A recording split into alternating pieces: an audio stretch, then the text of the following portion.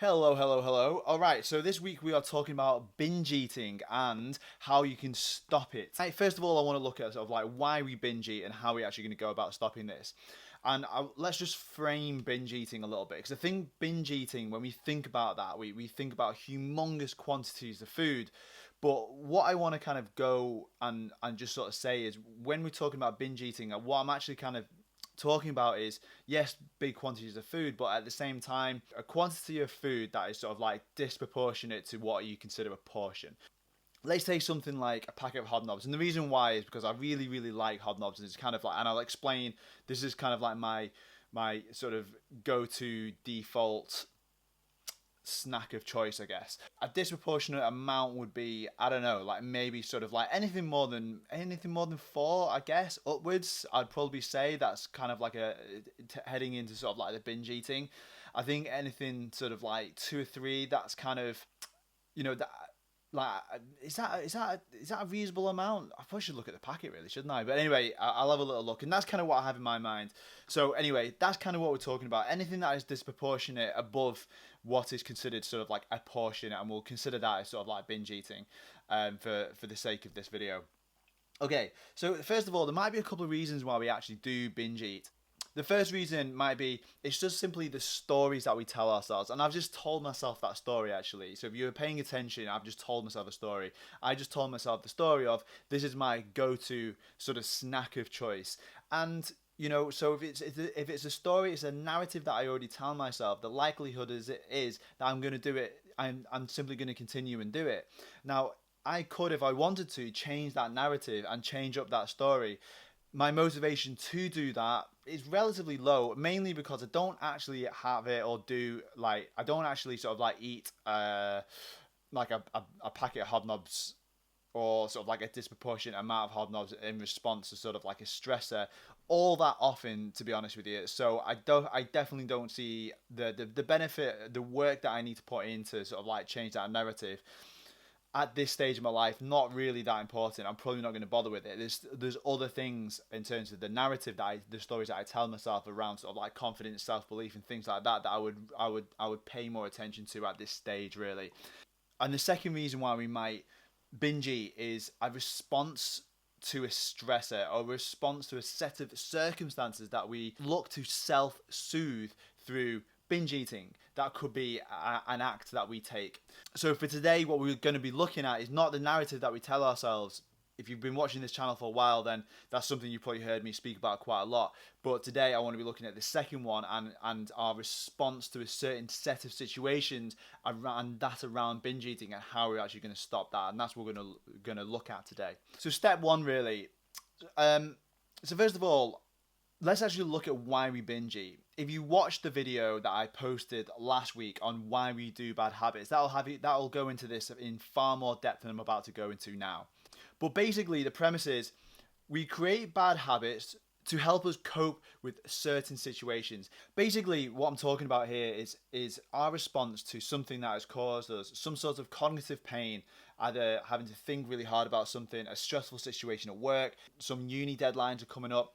Whatever that cognitive pain is, our goal is to move from that pain to basically pleasure. In other words, to feel better out of the situation.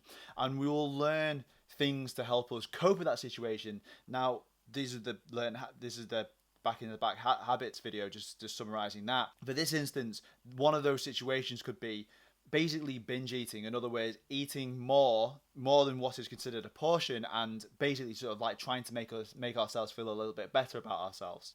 But after you've watched the video, and once you understand that this is simply a coping strategy, then once you understand that, then we can actually start fighting back. We can actually, the ball's back in our court, we can actually start doing something positive about it.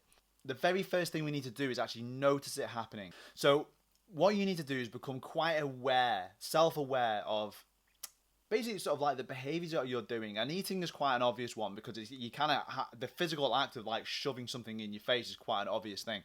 So there might be a certain day, it may be a certain time, or a certain set of actions or people that you are with, or a meeting of some description that causes you to follow on a set of actions. So I was working with someone, and one of those things was basically every Tuesday they had a morning meeting, and then essentially afterwards they would go back to the desk and have like like a handful of chocolate bars or like a couple of chocolate bars or whatever it was. And this was the behavior that they just did, and they felt like they had no control over. When we dug it down into it, basically what happened was the Tuesday meeting or the Monday meeting or whatever it was, that was basically them presenting what they did throughout the week and setting their goals for the next week. So they found it extremely stressful, and their eating habits post meeting was basically a coping strategy to deal with the stress. So the first thing we need to do is acknowledge when this is happening. So if we don't know when it's happening, then we can't do anything about it. So pay attention. So it might take you a week this. So just pay attention to what kind of your eating habits, your binge eating habits are. Once detected, then you need to sort of like see what's going on in that given situation. So you need to ask yourself a couple of questions. Who are you with? What just happened? What's going to happen? So what potentially could happen? They could either be the same question or different.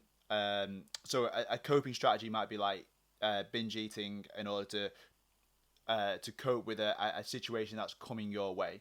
So basically, sort of like use your self-judgment to acknowledge which of those two questions that you actually want to answer, and then thoughts and feelings around what's actually going on. So those questions again is who are you with, what's going on, what's about to happen, and basically your thoughts and your feelings around that situation. Once you've acknowledged it's actually happening and the time that it's actually happening, and you've acknowledged those questions, then what you need to do is, so immediately after, this is the first week that you're doing this, and don't feel like you have to do anything too much. But certainly, once you become aware and actually knowledgeable about these situations and how you're responding to them, then you need to ask. Then next time that situation comes up, you need to ask yourself this question: is my current strategy serving me? Okay, so I'll ask that. So I'll say that again: is this current strategy serving me? If binge eating is a coping strategy to deal with stress, it might not be the best strategy to serve you in terms of your health. There might be other strategies out there that you might be, or the tactics, if you like, that might be better served for you. So for example, if it's a workplace, then remove yourself from the situation. Find an excuse, just remove yourself from the situation and just give yourself a couple of minutes to come down off the cliff. If you put the kids to bed and you're at home and you want to sort of like calm down from the day, then maybe then binge eating might not be the best strategy. It might be something else. Maybe you need to go out for a run, maybe you need to do some exercise, maybe you need to go for a walk, maybe start meditating, maybe start journaling, whatever it is. There will be another strategy that you can do that will help you cope with the stresses. But in order to do that, you have to ask yourself, is this the right strategy that works for me? Now, in some cases, if you're, for example, on a diet and you're following some crazy calorie deficit diet, you might be really hungry. In which case, if you're binge eating because you're absolutely starving and you're basically just starving yourself, then something's kind of gone wrong. Your sort of like your time management has kind of gone wrong, so you haven't left yourself enough time to eat. Likewise, if that might be just a relationship with food, in which case this is an entirely different conversation. This is definitely this is an entirely different video and something that I absolutely will tackle in the future, but not for today. But if that is a situation that you frequently find yourself in, that you'll go like, well, I need to binge eat because I'm absolutely starving. It happens because, you know, I've been following this calorie deficit diet. I get to this point of the week and I'm just so hungry. I just need to eat, and then I've thrown it all out the window and may as well carry on. That's a completely different video that requires a completely different strategy, and you know that's to do with your narrative, and that's to do with your feelings in and around food, and that's again a completely different video for a completely different time. But that same question still does apply. Does the current strategy work for you? So for example, if you are in that position, then is eating sort of like 3 packets of hot dogs, 2 packets of Pringles and a KFC, is that really going to help? Or can you satisfy your hunger through different means? And then it's about getting that lined up with your values, which we spoke about a couple of weeks ago, in terms of if you're prioritizing your health. When I do this with people, when I work with my clients, and we go around binge eating or sort of like emotional eating to deal with stress, it's a very, very challenging, it's a super, super, super, super challenging set of circumstances, because yeah, a lot of the time, it's around sort of coping with stress and making ourselves feel better. And if our strategy is taken away from us, then we're a case of like, what do we do? So it's important that before taking that current strategy away from you, you have something to replace it. Okay? And that can be trial and error. So you might try something, and if it doesn't work, then that's okay. You just simply try something else. So for me, if I'm stressed out or if I'm struggling if I'm struggling with something cognitively challenging, and I want to eat something or drink a can of Coke or like go for sort of like beyond my go-to is sort of like coffee. I limit myself to one a day now because if I don't have any coffee I can just get headaches.